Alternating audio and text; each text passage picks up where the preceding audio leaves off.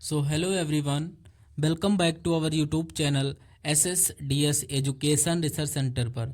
आज हम लोग एक नए टॉपिक के बारे में डिटेल से समझने वाले हैं जो कि है ओमेकाइंड इंजेक्शन। देखिए, वीडियो स्टार्ट करने से पहले हम आपसे यही कहेंगे कि यह वीडियो आपके पर्सनल यूज़ के लिए नहीं है। ठीक, ये video for the educational purpose for the medical student and medical nursing staff के लिए उनके नॉलेज को इंक्रीजमेंट करने के लिए बनाया गया है।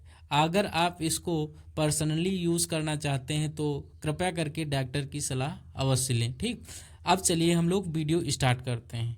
देखिए, Omekind injection is an antiemetic class medicine. जो ओमेकाइंड इंजेक्शन होता है ये एंटीमाइटिक क्लास की दवाई होती है। मतलब एंटीमाइटिक क्लास का मतलब यहाँ यह हुआ कि ये मेडिसिन का यूज़ हम लोग बेसिकली नोज़िया वगैरह, मतलब कि जी मचलाना या उल्टियाँ जैसी लक्षण, अगर उल्टियाँ जैसे लक्षण दिख रहे हैं तब हम लोग इसका यूज़ करते हैं। देखिए, अगर ड्रग्स कंटेंट की बात की जाए तो दिस मेडिसिन कंटेंट ऑन्डेसेट्रॉन, मतलब इसके अंदर, इस मेडिसिन के अंदर ऑन्डेसेट्रॉन नाम का कंटेंट पाया जाता है जो कि ड्रग्स का नाम होता है। ठीक, अब इसमें हम लोग आगे वीडियो लेक्चर में डिटेल से समझेंगे कि कितनी किस बेड के अकॉर्डिंग हमको मेडिसिन प्रोवाइड करना है पेशेंट को, उस के बारे में हम लोग डिटेल से हम आगे सीखेंगे। वीडियो में अंत तक बने रहें प्लीज़। देखिए, it is a popular medicine for treatment of vomiting and nausea. यह जो मेडिसिन है ये बहुत ही ज़्यादा फेमस है उल्टियों के लिए बेसिकली। देखिए, जो आपको स्क्रीन पर फिगर दिख रहा है सेम इट इज़ इसी प्रकार का फिगर आपको मार्केट में दिखेगा फॉर मेडिकल वगैरह में। देखिए, ये जो मेडिसिन होती है, ये जो मेडिसिन है mind kind pharma cyst company के द्वारा बनाई गई है। ठीक, इसमें 10 ml की ये सीसी में उपस्थित है। ये जो मेडिसिन होती है दो रूप में पाई जाती है। एक तो आपको वायल में होगी जिसको निपुल आप बोल सकते हैं, दूसरी सीसी। अगर वायल में है तो उसमें इसकी क्वांटिटी कम होगी और जो आपको सीसी में नज़र आएगी उसमें क्वांटिटी ज़्यादा होगी। वायल में क्वांटिटी इसकी होगी 2 ml और जो सीसी में होगी उसकी क्वांटिटी होगी 10 ml। ठीक, अब इसको हम लोग बेसिकली यूज करते हैं आईवी और आईएम, मतलब इंट्रामस्कुलर भी हम लोग यूज कर सकते हैं, इंट्रा वीनस भी हम लोग यूज कर सकते हैं। ठीक, ये डिटेल्स हम लोग आगे यूज मतलब आगे डिस्कस करने वाले हैं कि कितना एमएल, कितना एमजी अंडरस्टोन पाया जाता है इस वायल में। ठीक, ये सब डिटेल, कितना मरीज पेशेंट को देना चाहिए, किस किस मात्रा में देना चाहिए, क्या साइड इफेक्ट है, हम लोग सब डिटेल से समझेंगे। चलिए बढ़ते हैं आगे न्यू स्लाइड पर। देखिए, अब इसमें इंपॉर्टेंट जो महत्वपूर्ण है वो क्या है, it available in vial and ampoule, in vial 10 ml and in ampoule 2 ml medicine present, sorry. अब इसमें जो बताया गया है, जो हमने पहले आपको बता दिया है कि यह मेडिसिन होती है ये दो रूपों में उपस्थित होती है। फर्स्ट वन जो कि 10 ml जो कि पाया जाता है वायल में। ठीक, देखिए एम्पूल में जो होगा वो 10 ml, जो वायल में होगा, सॉरी, वो 10 ml, जो एम्पूल में होगा वो 2 ml। ठीक, ये दो रूप में। अब इसका अंबर कलर इसलिए होता है क्योंकि इसका अगर आप पेशेंट को अगर धूप में देते हैं मेडिसिन को सनलाइट में तो ये बहुत जल्दी रिएक्शन कर लेती है, तो इसलिए हमें इसको सनलाइट से बचा के रखना चाहिए, इसीलिए इसका अंबर कलर यूज होता है। कि ये आप देख लें, ये बहुत ध्यान देने की बात है कि इस मेडिसिन को आप पेशेंट को सनलाइट में ना प्रेफर करें, सनलाइट से हटकर, यानी इसको सनलाइट से सेफ रख करके रखें। सनलाइट में ये बहुत जल्दी रिएक्शन कर लेती है। ठीक, तो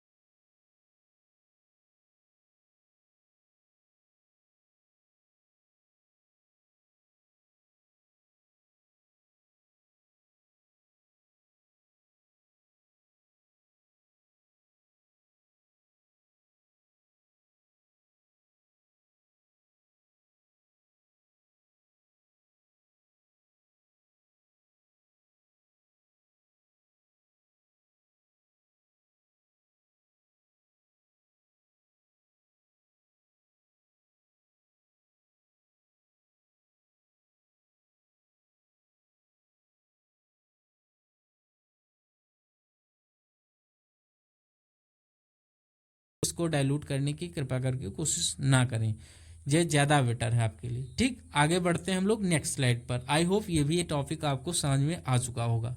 देखिए आगे का जो हमला अगला टॉपिक है वो बेसिकली डोज के बारे में। अगर दवाई की मात्रा क्या होती, देखिए इन 1 ml इंजेक्शन प्रेजेंट 2 mg ऑन्डेसेट्रॉन। जैसा कि हमने पहले बताया था आपको, अगर 1 ml का इंजेक्शन है तो उसमें 2 mg ऑन्डासेट्रॉन पाया जाएगा। मतलब 1 ml इंजेक्शन में 2 mg ऑन्डासेट्रॉन पाया जाता है। अब इसका जो डोज होगा 4 से 8 mg एवरी 8 आवर सॉरी। अब 4 से 8 mg हर घंटे में दिया जा सकता है। अगर 1 ml इंजेक्शन में 2 mg ऑन्डासेट्रॉन है तो मान लीजिए किसी व्यक्ति की अगर एज 15 है तो उस हिसाब से कैलकुलेट कर लीजिए। अगर 40 किलो का उसका वेट है तो अगर 40 किलो का है तो 1 ml में 0.5 पाई जाएगी। अब 40 गुणे 0.5 का कैलकुलेशन जब कैलकुलेट करोगे इंटू मतलब मल्टीप्लाई करके जब आप लोग कैलकुलेट करोगे तो जो वैल्यू आएगी उसी हिसाब से आपको डोज बना लेना है। उस डोज के अकॉर्डिंग पेशेंट को प्रेफर करना है। आई होप ये भी बात आपको समझ में आ चुकी होगी। Then you can take screenshot, आप स्क्रीनशॉट ले सकते हैं। आगे देखते हैं। अब हम लोग साइड इफेक्ट की बात करते हैं। देखिए हर चीज़ के साइड इफेक्ट और यूजेस होते हैं। साइड इफेक्ट तो उसके यूज होंगे, मतलब जिसका यूज करेंगे उसका हर कोई ना कोई साइड इफेक्ट होगा। दुष्प्रभाव देखते हैं। अब इसमें हेडेक यानी सर दर्द, डिजीनेस चक्कर आना, वीकनेस कमजोरी होना। नॉर्मली पेशेंट को ये नहीं देखने को मिलते हैं, क्योंकि अगर आपने पेशेंट को एक्यूरेट डोज बना के दिया है तो ये नहीं आएगा। अगर डोज का आपने गड़बड़ तरीके से बनाया है, जो कि ज़्यादा मात्रा में यूज किया है, देन ये सब कंडीशन मरीज को देखने को मिल सकती हैं। पेशेंट को ये सब कंडीशन देखने को मिल सकती हैं। सो अगर बहुत ही रेयर केस में ये सब देखने को मिलता है। ठीक है, आइए अब आगे बढ़ते हैं। अब कंट्रेंट रिएक्शंस के बारे में किस मरीज को नहीं देना चाहिए। अब देखिए अगर इरेगुलर हार्ट बीट है, अगर किसी पेशेंट की हृदय की गति कम या ज़्यादा हो रही, यू कैन नॉट प्रेफर, आप इसको नहीं दे सकते हैं। अगर कोनिक लीवर डिजीज मतलब पुरानी लीवर की बीमारी है, यू कैन नॉट प्रेफर, आप इसको नहीं दे सकते हैं। ये भी आपको समझ, क्योंकि ये जो होती हैं कंट्रेंट रिएक्शंस के बारे में आप लोग समझ सकते हैं। किसी मरीज को ऐसे नहीं प्रेफर करना है। आप लोग को ये जो दिया गया है, आपको हृदय की गति या कम ज़्यादा हो रही तो यू कैन नॉट प्रेफर। अगर पुरानी लीवर की बीमारी आपको नजर है, यू कैन नॉट प्रेफर। तो आई होप वीडियो आपको पसंद आया होगा। अगर वीडियो पसंद आया है तो कृपया करके लाइक, शेयर एंड सब्सक्राइब करना ना भूलें, ताकि आपको मेडिकल से रिलेटेड सभी प्रकार की वीडियो इस चैनल से आपको प्रोवाइड की जाती है। मेडिकल और educational both videos are provide, ये चैनल आपको देगा। ठीक, अब इसमें रेगुलर वीडियो अपलोड होती हैं। ठीक, तो आई होप वीडियो पसंद आया होगा, आप लोगों ने लाइक, शेयर एंड सब्सक्राइब भी कर लिया होगा। तो मिलते हैं किसी अगले टॉपिक को लेकर, तब तक के लिए जय हिंद, वंदे मातरम।